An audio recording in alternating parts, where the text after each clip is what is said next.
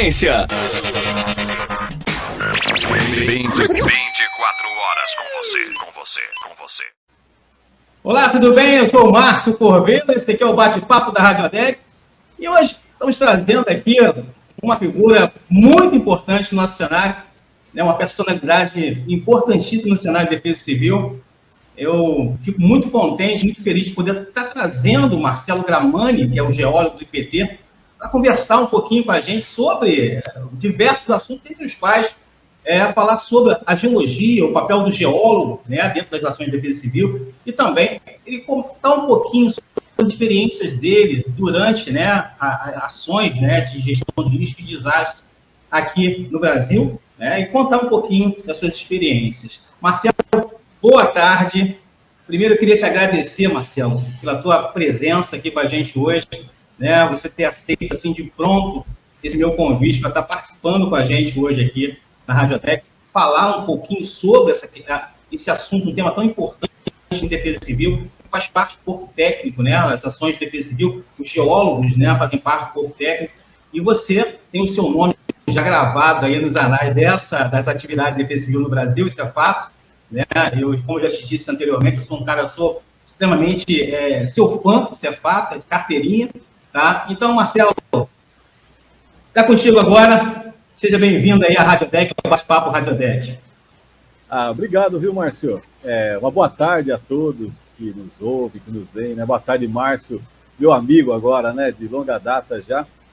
Poxa, depois dessas palavras, só tenho a agradecer também o seu convite, uma oportunidade de a gente conversar um pouquinho, né, sobre o papel, vamos dizer assim, da geologia, do geólogo, né, e como anda o sistema de defesa civil, não só do Estado de São Paulo, de repente a gente comentar alguma coisa nacional, né, e parabenizar você, né, por essa ideia, né, por esse trabalho brilhante que você faz, incansável, né, de levar a Rádio ADEC aí e manter, né, esse meio de comunicação que é tão importante, né, e tão fundamental, né, para vários colegas, né. Então, para mim aqui é uma alegria, uma satisfação enorme poder conversar com você e muito feliz em estar aqui um dia especial hoje também, viu? Eu tô chegando hoje aqui de um simulado que foi feito aqui na cidade de Mairiporã, uma cidade com relevo bastante acidentado, aqui próximo à capital, né?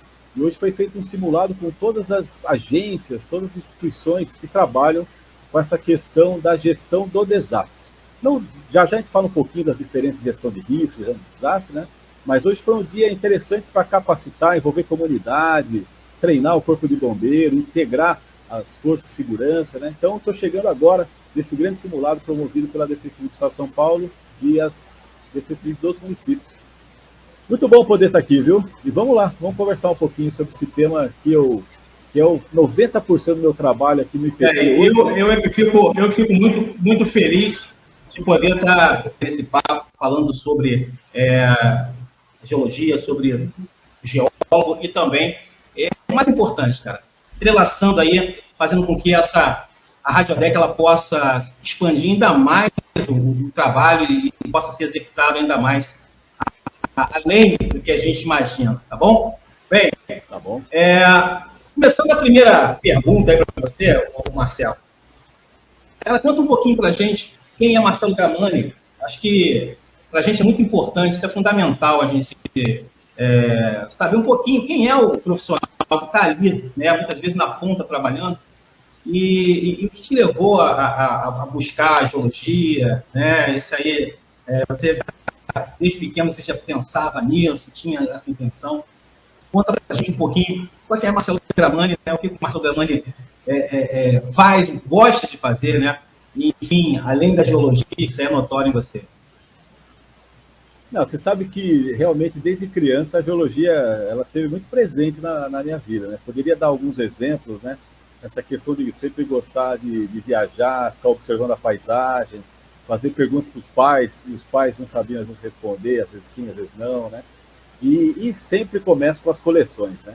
Toda criança começa a ter uma coleção de minerais, rocha, aquelas pedras, e começa a entulhar a casa de amostras, né? Já começa a ter uma ligação forte com uma ciência que até então era desconhecida, né? Então, nos meus anos escolares, pouco se falava na geologia, né? Então a gente tem dentro da matéria da geografia, né, questões que envolvem puramente a geologia, quando falam dos processos, vulcanismos, né, os maremotos, tsunamis, dos terremotos, né? Isso passa sempre pela matéria de geografia, mas de fato a geologia ficava meio mascarada, né? Eu fui descobrir a ciência, a geologia um pouco tarde, e fui descobrir mais por influência de um tio piracicabano, mora em Piracicaba, no interior de São Paulo, né? Que de fato também sempre pensou em fazer geologia, nunca teve a oportunidade e a chance, né? Mas ele falou: Marcelo Gramani, vai lá, a sua área é a geologia. Isso me incentivou muito a ler um pouquinho mais sobre isso, e aí prestar o vestibular. Foi quando eu entrei na geologia aqui em 1992, geologia da USP, São Paulo, né? Então entrei em 92, me formei em 96, e por uma opção minha, no último ano do curso, a gente tem uma matéria chamada Geologia de Engenharia. E é na Geologia de Engenharia que começa a aparecer a questão das obras, né? Como a geologia ela pode contribuir para a engenharia, principalmente para as obras, né? E quando eu falo obras, são obras de infraestrutura, né? Barragem, túnel, dutovias, rodovias, ferrovias, né? Isso me encantou muito, né? Poxa, a geologia pode, de certa forma, ajudar a engenharia. E por uma opção minha, eu fui fazer meu mestrado na Poli, Escola Politécnica, também da Universidade de São Paulo, né? E foi na Poli que eu fiz parte de um time que eu diria que eu muita sorte, né? Professor Faisal Massad, Paulo Cruz, Milton Cândido, Coqueio Errara, né? Que era uma equipe que estudava as corridas de massa, ou as corridas de detritos, ou como a gente fala o termo em inglês aqui, os debris flows, que ocorreram aqui em bacias da Serra do Mar e que atingiram a refinaria Presidente Bernardes de Cubatão em 1992, né? Trazendo prejuízos assim absurdos, né? 47 milhões perdidos lá em 15 dias. Então, essa questão de ter um processo do meio físico, né, que está associado a escorregamento, às enchentes, enxurradas e corridas, né, provocando dano, me chamou muita atenção. Então, o meu mestrado seguiu nessa linha para estudar as corridas de detritos no Brasil, né? E a partir disso, quase finalizando o mestrado, eu também dei uma certa sorte que o IPT estava abrindo um processo seletivo e buscava algumas pessoas que trabalhassem com a questão dos processos, não só escorregamento, mas também as corridas. Porque existia um projeto interno aqui que estava procurando entender melhor esse processo, esse fenômeno, aqui em várias bacias da Serra do Mar. Eu participei do processo seletivo e fui selecionado, fui um dos 4 selecionados para fazer parte do time do IPT. O IPT, né, o Instituto de Pesquisas Tecnológicas, está de São Paulo, né? E hoje eu trabalho aqui numa unidade de negócio que é denominada Cidades, Infraestrutura e Meio Ambiente. Dentro dessa unidade tem uma seção que é a seção de Investigações, Riscos e Gerenciamento Ambiental, a CIRGA, né, qual eu faço parte hoje. Então, isso é um pouquinho do caminho, né, um resumo dessa minha carreira geológica até chegar ao IPT. E dentro do IPT a gente tem centenas de trabalhos que envolvem a questão do risco. Lógico, um risco fortemente associado às ocupações urbanas, às ocupações precárias, né? Mas a gente tem trabalhado muito também com essa questão dos riscos também na infraestrutura, né? Então, dutovia sendo afetada, rodovia sendo interrompida por grandes escorregamentos, erosões, né? Barragens, sim, quase que no limite da sua... Enfim, uma série de infraestruturas que passam também por uma avaliação do geólogo ou da geologia. Pô, e isso é legal, né, Gramani, porque você sai da universidade e praticamente você entrou direto no PT, não é isso? Pelo que eu estou vendo, você foi direto para atuar no PT e foi se desenvolvendo e também avançando também com a sua visão, né, de especialista, né, de pesquisador, né, de cientista na área. Eu acho que isso só contribuiu ainda mais para as ações de defesa civil no estado de São Paulo e no Brasil como um todo, né? Isso reforça muito o Sistema Nacional de Proteção de Defesa Civil. Até porque a gente entra agora numa abordagem, né, nesse assunto.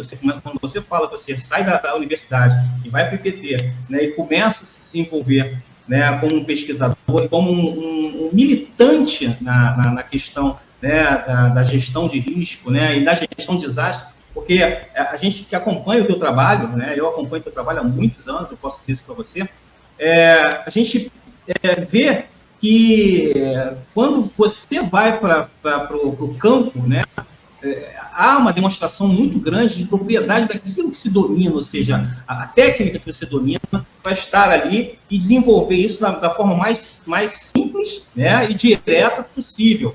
Eu acho que isso é interessante. Eu queria muito que você falasse agora para a gente, Gramani, a respeito justamente disso. Né, o papel do geólogo, né, dentro das ações de defesa civil, o papel da geologia como sendo fundamental nas ações de defesa civil. Fala um pouquinho para a gente, fala para os nossos ouvintes, para os nossos internautas, a respeito disso, que muitas pessoas acham que a defesa civil é apenas o papel do bombeiro, né, e não, aquela equipe que está ali por trás, atuando também tecnicamente, né, aquele pessoal da backstage que fica à retaguarda, às vezes não são muito vistos pela própria população, mas ali existe ali um foco para o planejamento. Eu gostaria muito que você falasse a respeito disso, Marcelo. Tá bom, vamos falar um pouquinho da... Porque a geologia, ela é um pouco dessa combinação, né, do escritório, né, da universidade, da sala, você ficar fechado e estudar bastante. E eu, no meu caso, eu tive que estudar muito, né? Ler bastante, olhar muita imagem, estudar bem os casos, o que é um escorregamento, como ele ocorre, qual a diferença de um escorregamento de uma corrida de massa, né? A erosão, que processo é esse? Então, de fato, a gente tem um trabalho muito intenso no escritório aqui, e o IPT foi uma escola para isso, né? Por outro lado, essa é uma área que a gente precisa dessa experiência de campo, como várias outras, né? Mas, em especial essa, a gente tem que ter essa experiência de campo, e eu digo pessoalmente, muita coisa que eu aprendi, eu fui aprender nos atendimentos de emergência, nessas atividades de campo, né? Então a geologia tem essa combinação. De fato, quando a gente fala em defesa civil, né, eu gosto de lembrar as pessoas que defesa civil não é o bombeiro, e não é só a emergência. Lógico, ela aparece muito nesse também, né? Mas não é. E eu sempre gosto de lembrar o nome da defesa civil. Quando a gente vai falar numa CEPDEC, na Compidec, é uma coordenadoria estadual de proteção e defesa civil, é uma coordenadoria municipal. Então, é uma coordenação. A defesa civil são os dois últimos nomes ali de uma grande coordenadoria, né? E essa coordenadoria, ela passa uma boa parte da sua atividade na prevenção. Hoje, a atividade que eu estava comentando sobre o simulado em Mariporã é um trabalho extremamente preventivo, onde a Defesa Civil, o Corpo de Bombeiros, o SAMU, o GRAU, a Polícia Militar do Estado de São Paulo, todos estão, o IPT, eles aparecem no momento de preparação, capacitação, prevenção. Então não é emergência. E é interessante olhar isso, quando você olha uma foto geral de um cenário de atuação como esse, você não vê só a Defesa Civil.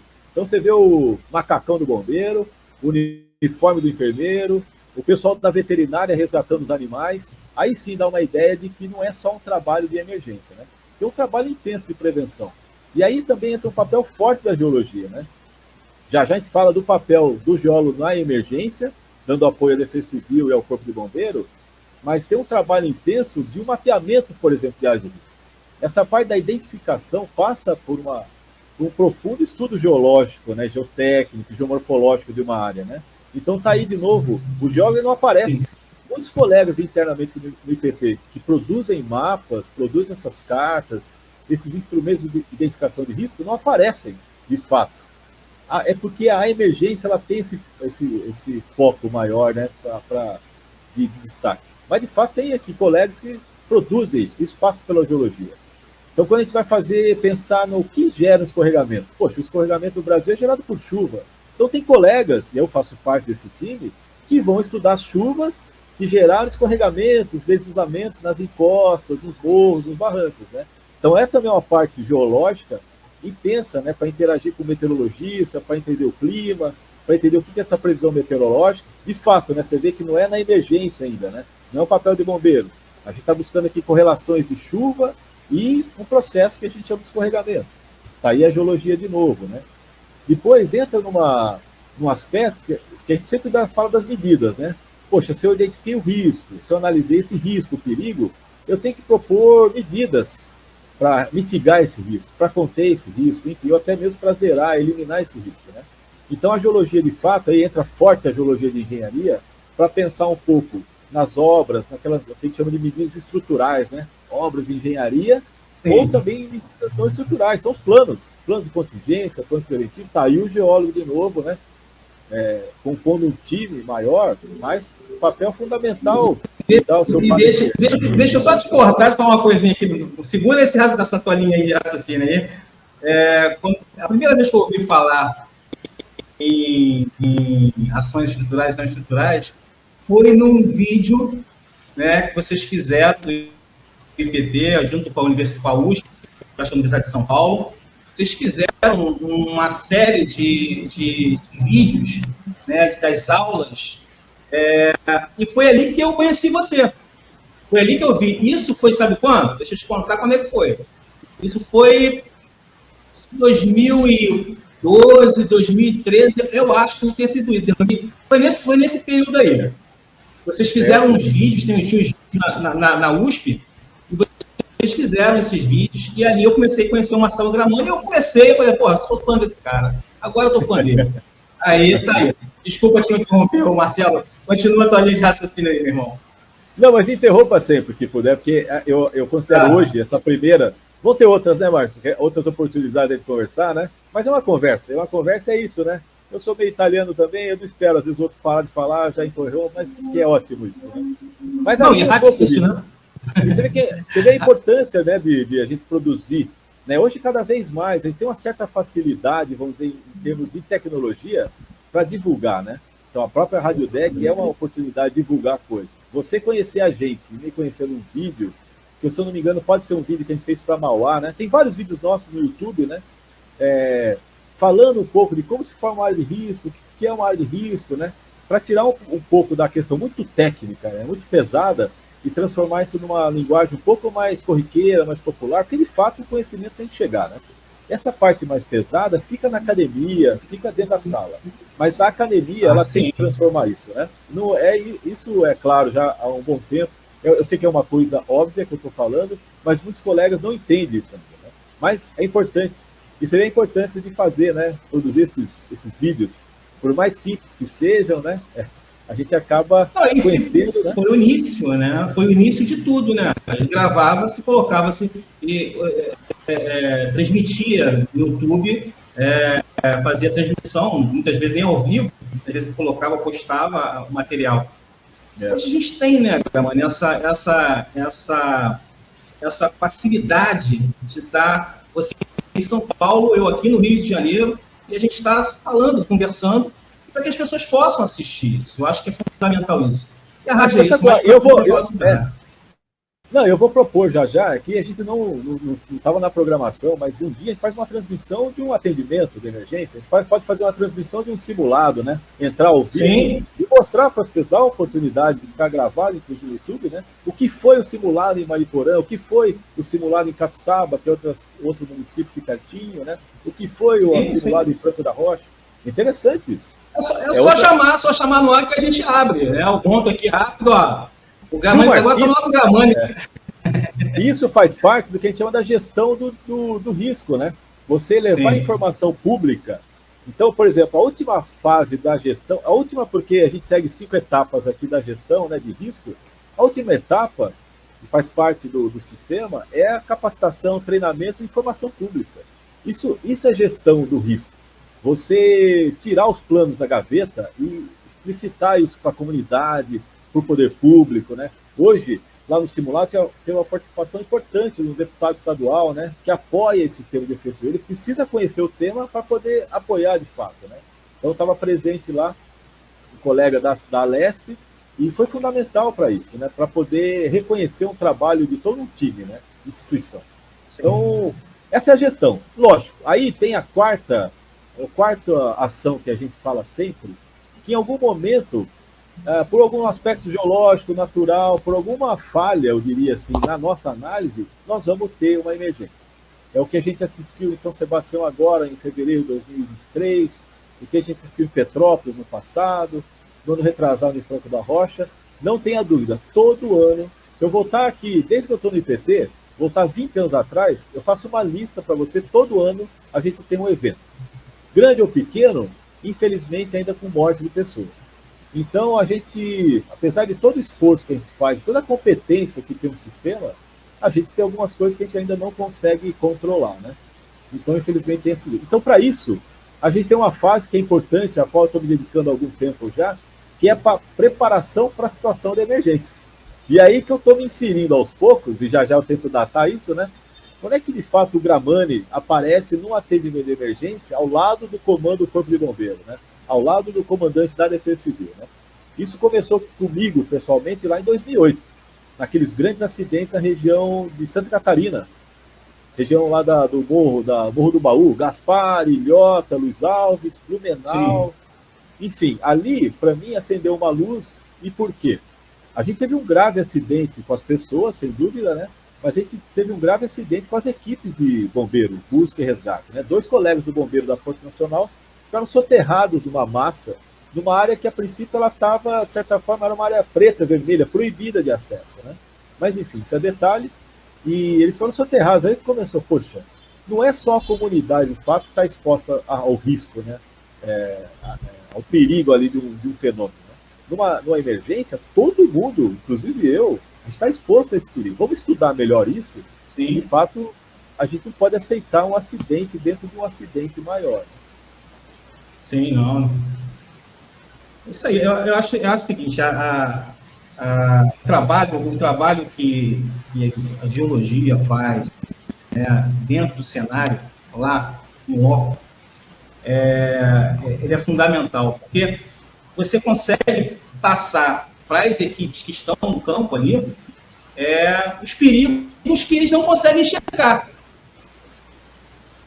Os riscos existentes ali, que naquele afã de querer fazer o resgate, o socorro, muitas vezes não conseguem enxergar esses detalhes que você, que é um especialista, o geólogo que é um especialista, ele tem o conhecimento de que determinada região, determinado local, já está com mais fragilidade e pode vir a desabar, a deslizar, né?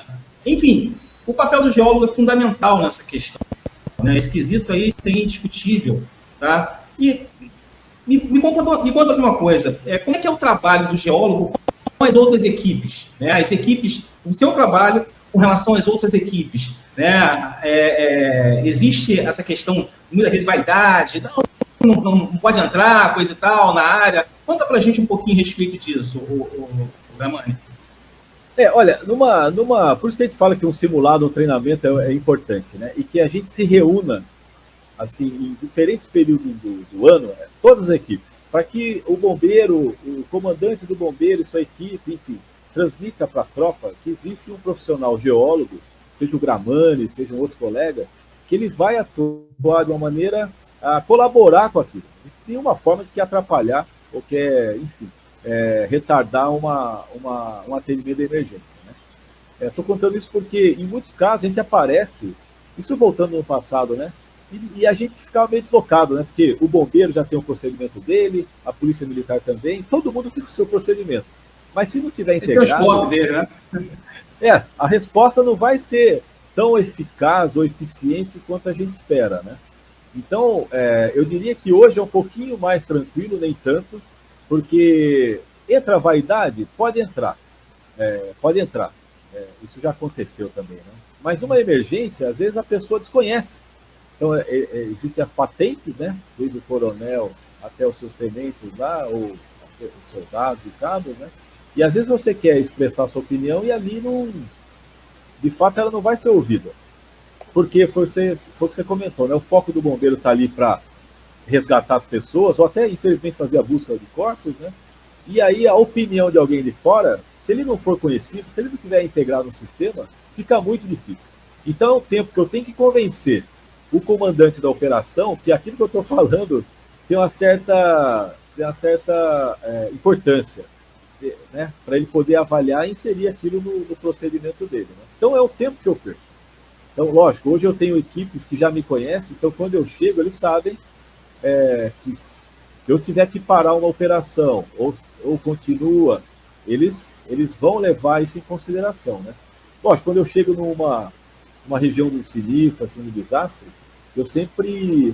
São 3 coisas que me preocupam e que eu trago isso para minha decisão, para tratar em conjunto, né? É o quanto choveu. De fato, eu tenho que chegar numa área, eu tenho que saber o quanto milímetro de chuva caiu naquela encosta, caiu naquela bacia, caiu naquela região. Que para nós é importante isso. Lembrando que a gente conversou sobre isso, né? Trago uma base aqui de escritório, uma base de estudo, e do que a gente já passou, do que a gente já viveu, né? Para ter um pouco mais de segurança. A outra informação que eu preciso, né? E sempre peço, é a previsão meteorológica. É aquela de curto prazo, inclusive. É um conjunto, né? É um conjunto de coisas. Por quê? Se o meteorologista vai falando, essa chuva é passageira, chove mais 2, 3 horas e o valor é esse, as ações podem ser completamente diferentes do que o meteorologista fala, viu? Vai chover mais 120 milímetros nas próximas 2 horas. Então, isso é uma informação que eu trago e carrego isso para o comando de operação ali, né? Então, isso para tentar justificar a paralisação ou não de uma operação, né? E a outra coisa é a vistoria de campo. Então, eu já tenho o valor de chuva, eu sei a previsão meteorológica, eu vou para o campo. Eu vou olhar de fato aquele talude, aquela encosta, o tipo de solo, se tem ou não aquelas pedras, aqueles blocos de rocha, se tem alguma concentração de água, se tem algum sinal, né, que a encosta está dando com relação à movimentação, né? Lembrando que isso é um problema, né, para nós, enquanto emergência. O escorregamento, e a gente tem dezenas de escorregamentos, de vez em quando eu até coloco lá no meu Instagram, né, eles são muito rápidos. Uma movimentação de massa numa encosta, que depende da gravidade dessa água, ela é muito rápida. Então, de fato, as equipes ali, elas têm que ter noção de que às vezes você pode ter a rota de fuga, pode ter iluminação, mas o escorregamento é rápido. Isso preocupa com relação a... Eu vejo nos vídeos que você coloca de vez em quando Não, você sempre coloca vídeo, né? Eu procuro colocar não para assustar as pessoas, mas para saber que algumas coisas acontecem, né? Quando a gente... faz parte o Gramani. Eu acho assim, quer ver? Quando você quer informar, né, e ajudar a sociedade a ter uma mudança de comportamento, às vezes você, por mais chato que seja aquele tipo de informação no que tange a questão de, nossa, isso é horrível, mas se as pessoas não atentarem para aquela situação ali, elas podem vir a estarem na mesma situação daquele fato ocorrido, né? Então, eu acho que quando você trabalha a assimilação dessas informações, e eu sou assim, um grande militante dessa questão da utilização das redes sociais para realmente para coisas, né, que venham a ajudar a sociedade, né, fora de fake news, nada disso, né, a gente fazer uma informação, né, informar a população, as comunidades, dos fatos que podem acontecer, eu acho que é muito válido. Né? As pessoas têm que parar com esse milindro. Não pode? Não, pode. Tem que ver o que acontece. Tem que ver até para casos não aconteça. Não aconteça. E para mudança de comportamento, cara, eu acho o seguinte, você precisa, às vezes, dar uma provocadinha um pouco mais forte. Porque isso ajuda na história da percepção de risco. Né? A gente tem alguns casos, não são muitos, mas alguns exemplos, onde as pessoas viram foto ou imagem e falaram, poxa, eu tenho um parente que mora numa área como essa, né? E foi lá e alertou, e em alguns casos salvou a vida das pessoas depois, antes de acontecer um escorregamento, de ter um movimento de massa. Né? Então, eu acho que tem que mostrar, né? Tem que apresentar as diferentes formas de geração desses processos. Né? Quando a gente vê a região serrana do Rio, e a gente olha no nosso gráfico, no nosso banco de dados, né? São mais de 950 mortos. E as pessoas me perguntavam, poxa, 2011, né, com tanta informação, e as pessoas sabem que um escorregamento acontece no barranco, por que morreu tanta gente? E aí eu tenho uma avaliação que, assim, ela é muito... Eu não fui a fundo estudar, mas, assim, de fato, uma boa parte das pessoas, infelizmente, morreram próximo aos canais de drenagem. Não foi morreu por escorregamento? Sim, também. Mas acontece que tem um processo do meio físico, que são essas avalanches que eu estava comentando, essas enxurradas, com blocos de rocha grandes, sabe? Patacão, que elas são rápidas, né? Então, e as pessoas, o que acontece? Eu me coloquei no lugar. Eu estou longe da encosta. Então, a princípio, eu estou seguro, porque eu já vi na televisão que escorregamento acontece na encosta. E, de repente, eu sou pego de surpresa por uma grande avalanche. É uma inundação com alta carga de sedimento, ao tal do debris flow. Então, de fato, cada vez mais, em algumas regiões, no estado de São Paulo, Paraná, Sul, Rio de Janeiro, a gente tem que mostrar que tem bacias que são sujeitas a essas corridas. O que são corridas? Mostra um vídeo, mostra a foto, recupera a região serrana do Rio 2011, recupera Itaoca aqui em São Paulo 2014. Para quê? Para que as pessoas cada vez mais desenvolvam a percepção e o que a gente chama aqui no IPT da autoproteção. Porque, de fato, o Defesa Civil, o geólogo, as equipes não conseguem atender todas as áreas. Então as pessoas têm que carregar com elas aquele conhecimento. Isso serve para acidente doméstico, né? Serve para acidente de trânsito, a gente leva a informação para a gente tentar reduzir ao máximo esse número de pessoas vítimas por esse tipo de acidente, né? Então é importante. A fake news, ela atrapalha, por isso que é importante ter um canal como o seu, né? Um canal oficial, que vai passar uma informação baseada no conhecimento, na técnica, né? Eu lembro no Guarujá, e olha como atrapalha assim, uma notícia durante uma emergência. No Guarujá, em 2020, eu estava fazendo a vistoria num bairro, Morro do Macaco Molhado, quando o Coronel Niacas pede um apoio, por quê? Sai no Facebook que o morro lá do Guarujá estava rachando e que estava caindo tudo. Então foi um pânico na comunidade, né? Gente correndo, tentando tirar as coisas de casa, e na verdade não era o morro rachando, era só uma marca. E essa marca no morro a gente chama de cicatriz, escorregamento, né? E eu fiz 2 voos lá para confirmar para as pessoas, né, que aquilo não era o morro rachando. Era só uma marca a mais, um escorregamento, que não ia acontecer mais nada, né? Que não era, estava seguro. Então, parou uma avaliação de toda uma equipe, deslocou uma aeronave que podia estar fazendo socorro, levando mantimento, né, para fazer uma vistoria por uma mentira que soltaram, por exemplo, no Facebook, né, e alarmou todo mundo. Foi um pânico geral lá no Guarujá, lá na barreira do João Guarda. E me conta aqui uma coisa, e conta pra gente aí, você, voltando a essa questão das experiências aí vividas aí, Dramani, você esteve naquele fatídico caso que ocorreu lá dentro da mina, não foi? Dentro de uma região onde o pessoal foi descer de rapel, fazer treinamento, e eles acabaram falecendo. Você estava lá naquela ocasião. Eu cheguei a te entrevistar, falar com você na gruta. Conta pra gente aí, como é que essa experiência, eu acredito tenha sido assim, traumática no ponto de vista, e você já tinha mais ou menos uma ideia do que vocês iriam encontrar ali, né? Já tinha uma ideia do que iriam encontrar ali, ou não encontrar, na verdade, né? Ali acho que foi um dos atendimentos mais perigosos que eu já fiz na minha carreira profissional aqui, né? Porque era diferente até então do que eu já tinha visto. De fato, domingo pela manhã, por volta das 7 da manhã, a Defesa Civil do Estado de São Paulo me liga, contando de um acidente grave da queda de uma gruta no interior de São Paulo, né? Uma gruta em Arenito, quer dizer, até então não sabia qual era a formação geológica, né? E que tinham 27 pessoas soterradas. E para mim, né, Márcio, assim, eu entendo que uma emergência é uma emergência. Então, prontamente, eu já pedi um apoio, eu me desloquei até o Palácio, lá dos Bandeirantes, onde fica a coordenação aqui de proteção da Defesa Civil, né? E foi formada uma equipe de um colega da Defesa Civil, mais 6 colegas do Corpo de Bombeiros, né? Um grupo especial para atendimento a desastres, né? E a gente foi com um avião aqui da PM para Ribeirão Preto, que é o município que é muito próximo a Alto. Estou contando essa história porque todo atendimento de emergência, gente, tem que ter uma pronta resposta. Cada vez que a gente chega rápido no acidente, faz uma avaliação rápida, a gente reduz muito a possibilidade de a gente ter novas vítimas. Então, por isso que eu estou contando essa história da rapidez, né? 1h da tarde, 1 e pouquinho, eu já estava lá em Altinópolis. A gente pega uma trilha de mais ou menos uns 2 quilômetros para chegar na gruta. A gruta Duas Bocas, né? De fato, era um grupo de bombeiros civis em treinamento, né? Durante a madrugada, eles estavam retornando ali para a cidade, em função da chuva, do frio, do vendaval, eles resolveram se proteger dentro da gruta. E aí vem uma questão polêmica, porque o grupo eles fica próximo da boca e acende uma fogueira. Estou falando de polêmica porque a fogueira foi uma grande discussão, né? Poxa, foi a fogueira, o calor que provocou, né? Mas infelizmente o grupo está reunido e parte do teto e da parede da gruta rapidamente desmorona. E sem dar sinal, né? Essa história do sinal, antes de ter um processo, preocupa um pouco.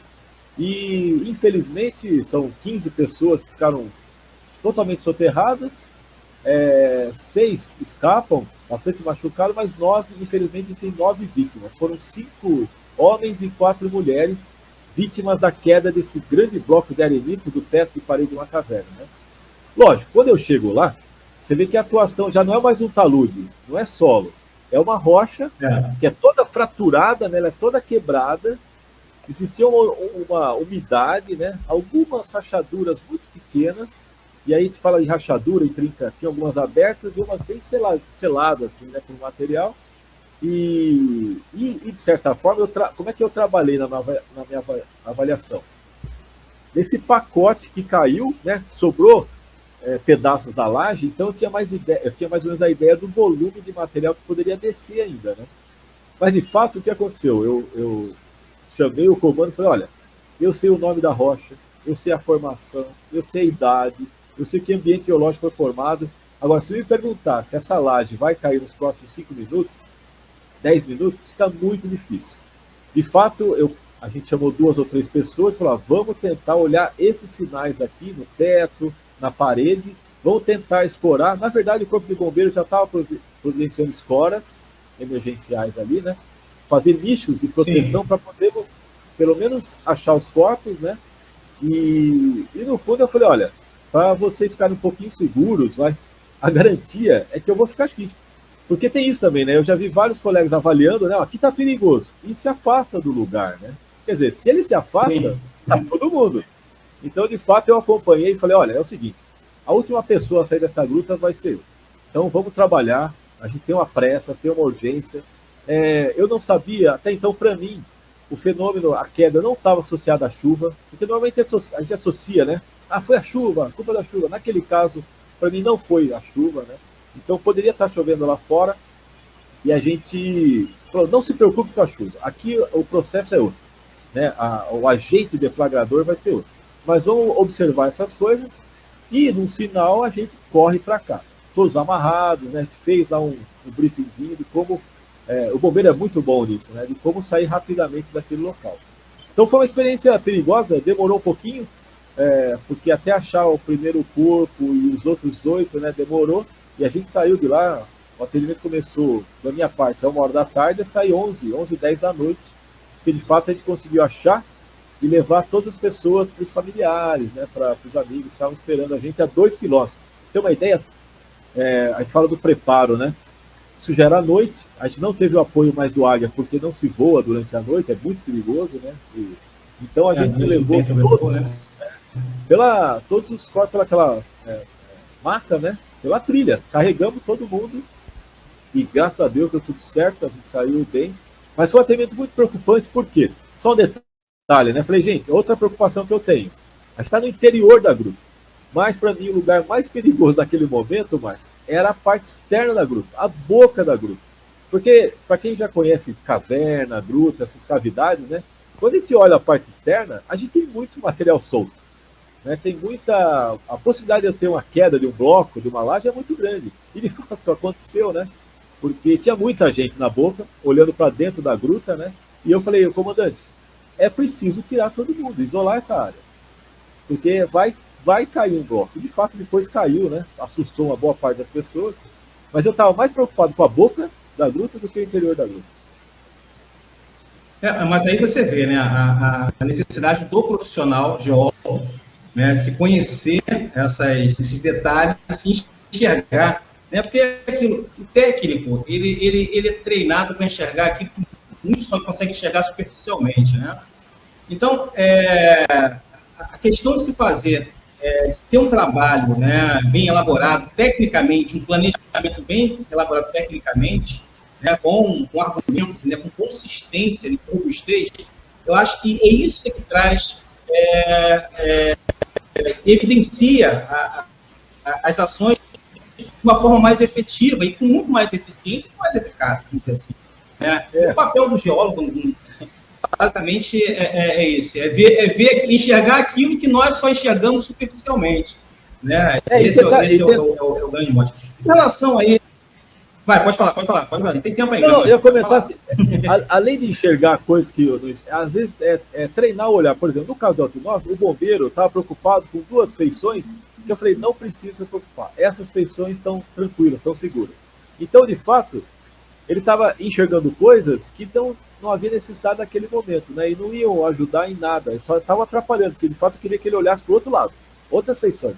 Sim. Então, além de enxergar, às vezes, o que a equipe não está enxergando, a gente tenta mostrar, olha, é isso que eu quero que você enxergue. Então, tem o meu olhar, mas já tem mais meia dúzia de olhares olhando para os mesmos pontos que eu. Então, essa questão de desviar para as coisas importantes, que é um papel que eu tento fazer também. Isso vale para o morro, né? eu estou olhando aquela estrutura, viu? O bombeiro, defesa civil, não precisa.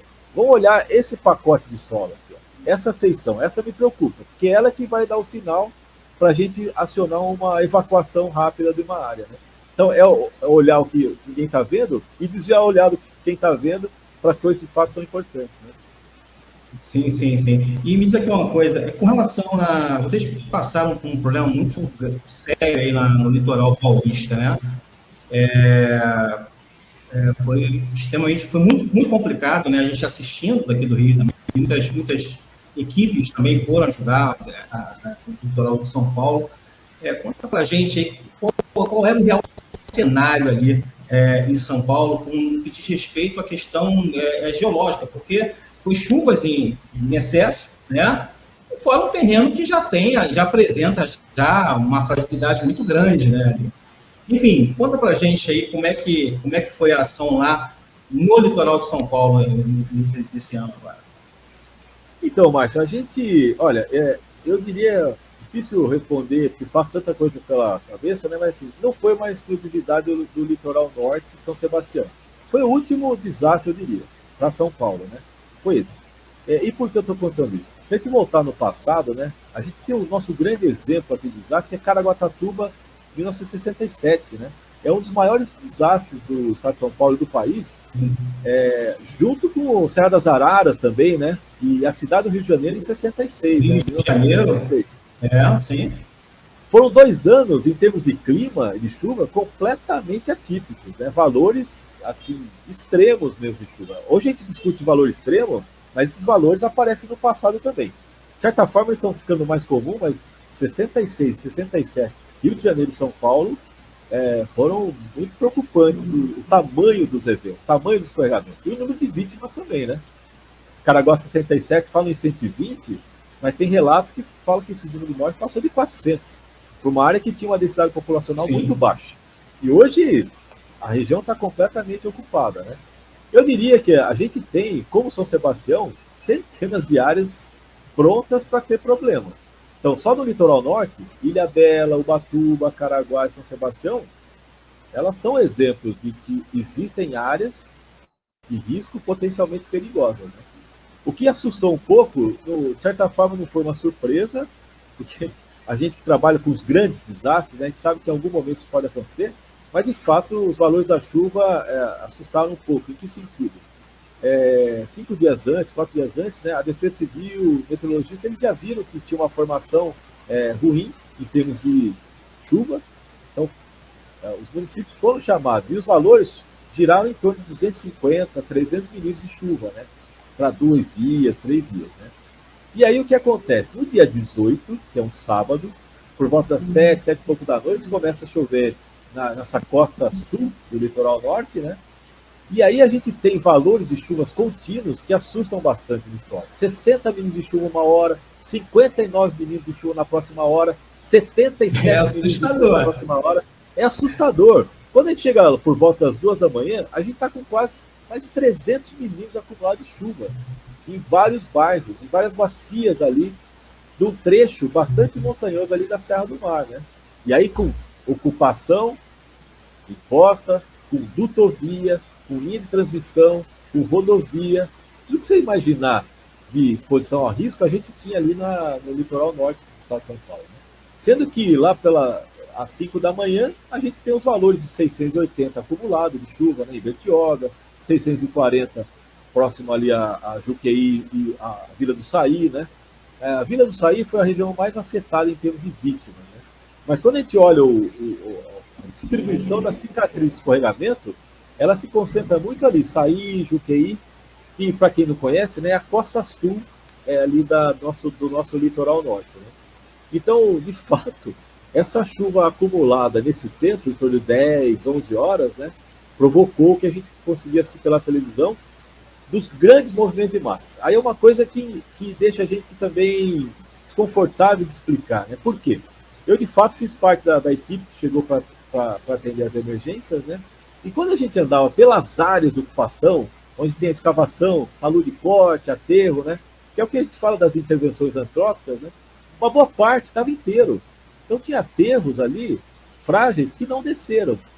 E eu olhava para o lado, encostas naturais, vegetação de grande porte, tudo desceu em grandes escorregamentos. Então essas águas se concentraram em bacias.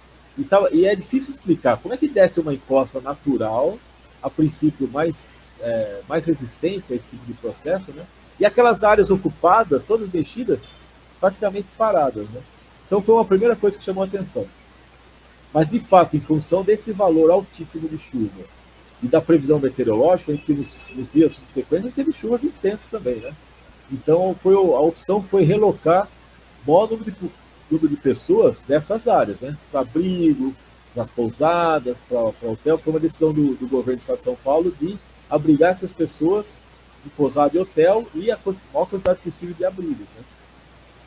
Então foi um processo que foi bastante generalizado, né? A gente tem outros exemplos aqui no estado de São Paulo parecidos, né? Mas de fato nos últimos anos a gente estava atuando mais em situações pontuais, né? Franco da Rocha, Itaoca.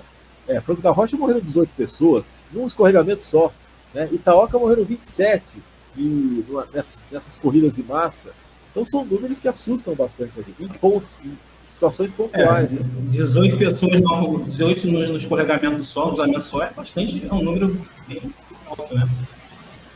O que eu falo para a turma, assusta aquele monte de cicatriz, mas um escorregamento basta para você ter uma tragédia quase ali para uma comunidade, né? E é isso que a gente tem. Aí você entra num ponto importante para a gente poder falar, que é essa questão dos fenômenos naturais, né?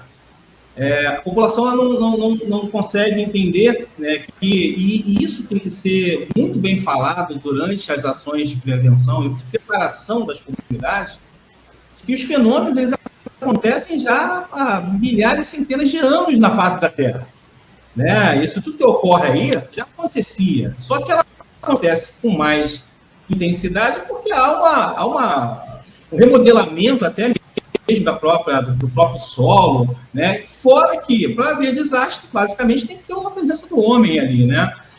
Vamos dizer que uma coisa, essa questão dos desastres naturais, são naturais, não são naturais, como é que você vê essa colocação, né? Essa classificação? O que são esses desastres naturais, na sua ótica como geólogo? Fala para a gente qual é a tua visão com relação a isso, Granói. Então, Márcio, essa é uma questão quase que conceitual, né?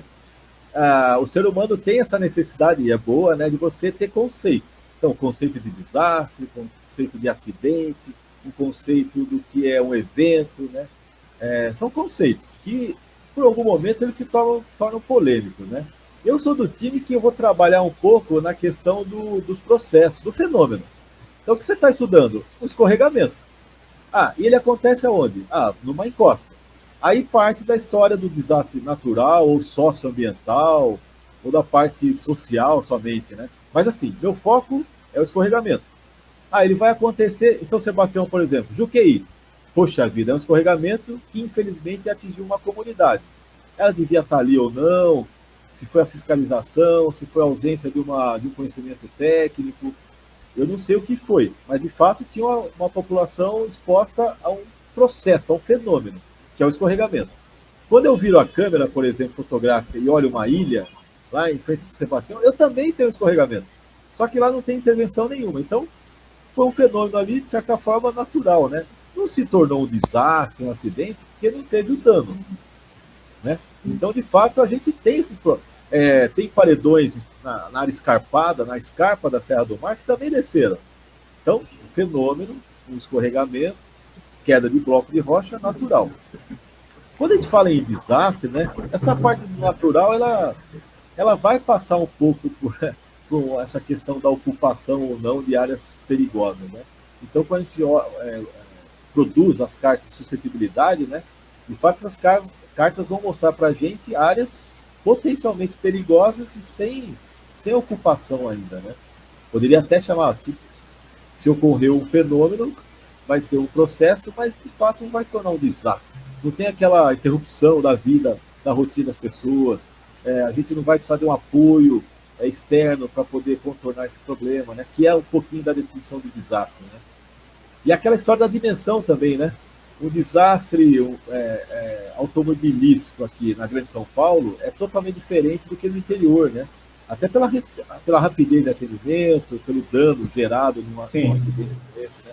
Um acidente aéreo na cidade de São Paulo é completamente diferente de um acidente aéreo no interior também. Por mais que seja um acidente aéreo, né? Então, um pouco da dimensão dos desastres, né? A história, eu não me preocupo muito, né? Porque a discussão quase que me conversa. Com definições, né? Se ele é natural, só se é um fenômeno. Não, e a gente tem, de fato, nem tudo é natural.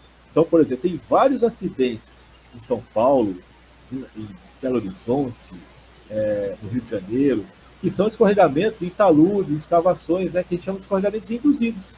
Eles já não são mais naturais, porque houve uma intervenção ali. Para a construção de uma escola, para a construção de uma moradia, para passar, enfim, qualquer faixa ali. Então, a partir do momento que eu tenho uma intervenção, ele deixa de ser natural. Então, eu sempre associei um pouco a palavra natural essa possibilidade de eu ter ou não uma intervenção naquele cenário, né? Sim. Não relacionada à questão econômica, política e social. Eu procuro não associar a essa. E não que eu discorde de quem faça isso, que acho que é importante fazer isso. E é a partir disso que a gente vai entender que realmente muita gente usa o natural para tentar eximir da sua responsabilidade. Isso está errado. Verdade. Verdade. E acaba transformando a própria natureza numa vilã, né? E esse é o grande problema, né? O vilão, se tiver um vilão, somos nós. Mas é um vilão também, eu não gosto, eu sou uma pessoa que não gosto de achar culpados. A palavra culpa para mim é muito forte, né? Porque... Tem que ser executivo, né, Gramani? Eu entendo até um político ali que tem um desconhecimento, hoje talvez não, né? Mas se você voltar no passado e você conversa com... Tem pessoas que desconhecem completamente a existência do escorregamento. Desconhece o que é uma corrida de massa, o potencial do que é uma corrida. Hoje não, hoje é difícil falar, como você desconhece tanta coisa na TV, né? Mas de fato eu já vi pessoas que falam, viu, eu não sabia da possibilidade. Quando você conversa, de fato, você fala, viu, você tem que se informar. Então, o natural não é para trazer e tirar a responsabilidade de um político e de um técnico também, né? Porque é muito fácil para a gente apontar, né, e falar, viu, eu acho que uma parte da culpa pequenininha, se tiver, é nossa também. De não saber chegar... É do sistema. É do todo o sistema. É de todo o sistema. Mas eu estou dizendo isso porque, quando você fala que essa culpabilidade é minha culpa, né? Eu tive um portal de ensino de 2018, 19, 20, que eu tinha alunos, e muitos alunos, quando você fala, não sabe nem o que é um escorregamento, deslizamento, cara, tem gente que não sabe nem o que é defesa civil. Então, tem gente que nunca... Então essa isso que é o grande X da questão. No momento que a gente começa a passar essas informações, o que a gente está fazendo aqui hoje, isso é muito importante para a nossa sociedade. Levar essas informações, levar essas histórias, né, de vida, elas representam o que não pode ser, o que não deve ser feito no futuro, né? O que não dá para ser feito no futuro, né? A gente tem que mudar o comportamento, tem que mudar essa nossa visão de desastres. Muitas vezes que eu sou militante ferrenho nessa questão, que a gente precisa ter mais investimento na prevenção no nosso país, né? Mais investimento, reconhecer os profissionais da área de defesa civil, né? As pessoas que atuam em defesa civil, desde do operacional ao técnico, tem que ser muito bem valorizados. Por quê? Porque são as equipes, né? Esse grupo que vai trabalhar diretamente com a população, que é a mais importante na defesa civil, que é o povo, é o público, né? É o cidadão. E eu sou cidadão, você é um cidadão, nós fazemos parte desse público que eu falo, né? É o público externo e o público interno, né? Então, são esses trabalhos que são desenvolvidos, a gente está aí tentando, né, Gramani, fazer com que ele surta um efeito maior. E eu tenho certeza, cara, que o papel do geólogo, né, eu tenho lá, trabalha comigo lá nesse vídeo de São João do Meriti, o Rafael Souza, né, que é também um grande geólogo para mim, né, um garoto novo, rapaz novo, mas tem um conhecimento muito grande na área, e que é pelo barro. O Rafael é pelo barro, é tipo assim você ferra o barro, né? A geologia entra pelo, mas, enfim, a geologia entra pelos pés. E outra coisa, não tem essa desnutelice não, né? Não tem essa desnutelice. Pô, geólogo que não quer sujar o pé de barro pode ficar procurando outra profissão que não dá certo. Né? Então é isso, Gramani. Eu acho que nosso papo está aí já com o tempo estourado. Infelizmente, passou muito rápido aqui o nosso bate-papo, aqui, um bate-papo Rádio Deck hoje. Né? E a gente vamos fazer outras entrevistas. Tenho certeza que a gente vai se aproximar mais e mais aí com esse canal aqui, que a Rádio Deck é um canal para isso, é fazer com que os organismos profissionais e todos aqueles que tenham algo de interessante, de bom para trazer para a sociedade, que possam mostrar os seus trabalhos, né, desenvolver suas boas práticas, que venham à Rádio Deck para falar a respeito disso. Eu tenho procurado algumas defesas civis, Gramani, e tenho pedido que eles me mandem informações das ações que são executadas dentro dos municípios. Porque é onde acontece o desastre, né, Gramani? E a gente sabe disso. É onde acontece o desastre e é onde o desastre deve ser evitado. É justamente dentro do município. Tá? Então, cara, eu queria te agradecer. Vou deixar você com a sua última mensagem aí. Infelizmente, é uma dor no coração falar isso para você. O papo está muito bom, está muito proveitoso. Mas eu quero deixar você agora livre para falar o que você achar que deve ser falado, né, e fazer as suas considerações finais, né, mano? Não, Márcio, a palavra final, na verdade, assim, são duas. Primeiro, agradecer, né, pelo convite, te dar os parabéns pela sua realização da Rádio Deck. Ela vai ter seu sucesso. A gente precisa desse canal de informação, né? E a segunda é que eu vou ficar à disposição. A gente vai marcar uma nova conversa, né, para continuar esse assunto que é importante, falar um pouco mais da Defesa Civil, da importância, né, desse profissional que até então não tem regularização, gente. Olha a fragilidade do sistema, né? Então a gente tem muita coisa ainda para conversar e poder levar para os colegas que nos ouvem, nos assistem, né? Para aos poucos a gente construir um sistema cada vez mais forte, né? Cada vez mais preparado, né? Porque se você me perguntar, se a gente está preparado para o próximo? Infelizmente eu diria que não, viu? A gente está muito melhor do que fevereiro, do que mês passado. Mas ainda falta muita coisa. Obrigado, viu? Sucesso aí. E fico à sua disposição para a próxima conversa que vai ter. Eu que agradeço a você, Gramani, essa oportunidade de estar entrevistando você, e eu tenho certeza que a gente vai estar trazendo outras entrevistas aqui, e trazendo esse povo de São Paulo aí para dentro da Rádio Deck, para falar sobre os vários variados temas, assuntos. Já deixo aqui registrado o meu convite ao Coronel Wendel, né, que ele possa vir à Rádio Deck para falar um pouco sobre a Defesa Civil de São Paulo, tá? E deixo aberto aqui as portas da Rádio Deck para vocês, tá bom? Um grande abraço para você. Pessoal, quero também agora aí despedir de vocês aqui do nosso bate-papo Rádio Deck e dizer que em breve vamos estar trazendo aí na sexta-feira que vem, estaremos trazendo uma outra entrevista com o Major Wellington Silva. O Wellington Silva, que é coordenador técnico da Defesa Civil de Maricá. Ele vai estar aqui no bate-papo Rádio Deck na sexta-feira, às 16 horas também, sexta-feira, dia 22. Tá bom? Então, anotem na sua agenda, Major Wellington, Maricá, ou seja, da Defesa Civil de Maricá, coordenador técnico da Defesa Civil de Maricá, vai estar com a gente aqui no bate-papo Rádio Deck. Tá bom? Gramani, um grande abraço a você. Deus abençoe vocês em São Paulo, tá? E vamos juntos, vamos nessa, tá? Vamos despedindo. Sexta-feira todos de volta, hein? Um grande abraço. Bate-papo Rádio Deck, aqui da Rádio Deck. A Rádio Deck, que é a primeira rádio de defesa civil do Brasil e que vai ser a voz da defesa civil do país. Um grande abraço, fiquem com Deus todo mundo. Um abraço.